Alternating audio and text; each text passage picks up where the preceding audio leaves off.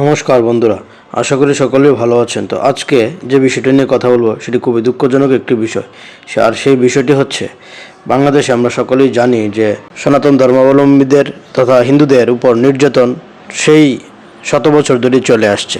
তো এই বর্তমান 5ই আগস্টের পর বাংলাদেশের সরকার পতন হওয়ার পরে সেটি অনেক মাত্রায় বেড়ে গিয়েছিল এবং তারই ধারাবাহিকতায় আমরা দেখতে পেলাম গতকাল বাংলাদেশের ময়মনসিংহ বিভাগের ভালুকা নামক জায়গায় ধর্ম অবমাননার অভিযোগে সনাতন ধর্মাবলম্বী এক যুবককে পিটিয়ে হত্যা ঘটনা ঘটেছে। অর্থাৎ সেখানে তাকে পিটিয়ে হত্যা করার পরে সেই লাশে আবার আগুনও দিয়ে দেওয়া হয়েছে ঢাকা ময়মনসিংহ মহাসড়কের মাঝে এনে।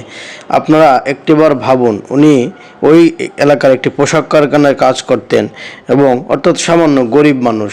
তো সেই মানুষটি কিভাবে ধর্ম অবমাননা করলো সেরকম একটি কথা মানুষ শুনতে পায় এবং শুনতে পেয়ে তারা এর কোনো যাচাই বাছাই না করে সবাই উত্তেজিত হয়ে তাকে পিটিয়ে হত্যা করে এবং পরবর্তীতে তার লাশে আগুন দিয়ে দেয়। এই সমস্ত ঘটনা আমরা পাকিস্তানে দেখি বা অন্যান্য বিভিন্ন জঙ্গিবাদমূলক দেশে আমরা দেখি, কিন্তু বাংলাদেশে এখন এই বিষয়গুলা প্রতিদিন হচ্ছে এবং বিশেষ করে ভিন্ন মতের মানুষের ক্ষেত্রে সেগুলো বেশি আমরা দেখতে পাচ্ছি। বিশেষ করে সনাতন ধর্মাবলম্বী বা অন্যান্য মত পথের মানুষদের সঙ্গে এই সমস্ত ঘটনা হচ্ছে, যা খুবই উদ্বেগজনক এবং বাংলাদেশের সনাতন ধর্মাবলম্বী তথা হিন্দুদের জন্য একটি অশনি সংকেত।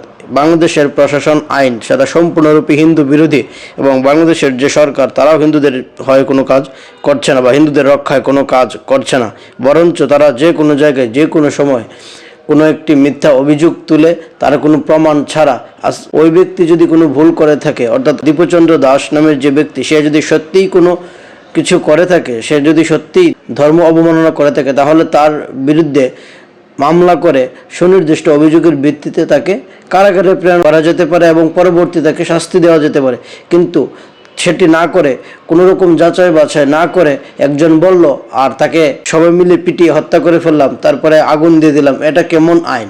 এটাকেই তো মাতসান্যায় বলে। আর বাংলাদেশে এখন চরম ধরনের মাতসান্যায় চলছে, আমরা সেটা প্রতিনিয়ত দেখতে পাচ্ছি এবং তার প্রধান শিকার হচ্ছে বাংলাদেশের সনাতন ধর্মাবলম্বী তথা অন্যান্য বিভিন্ন মত পথের মানুষেরা।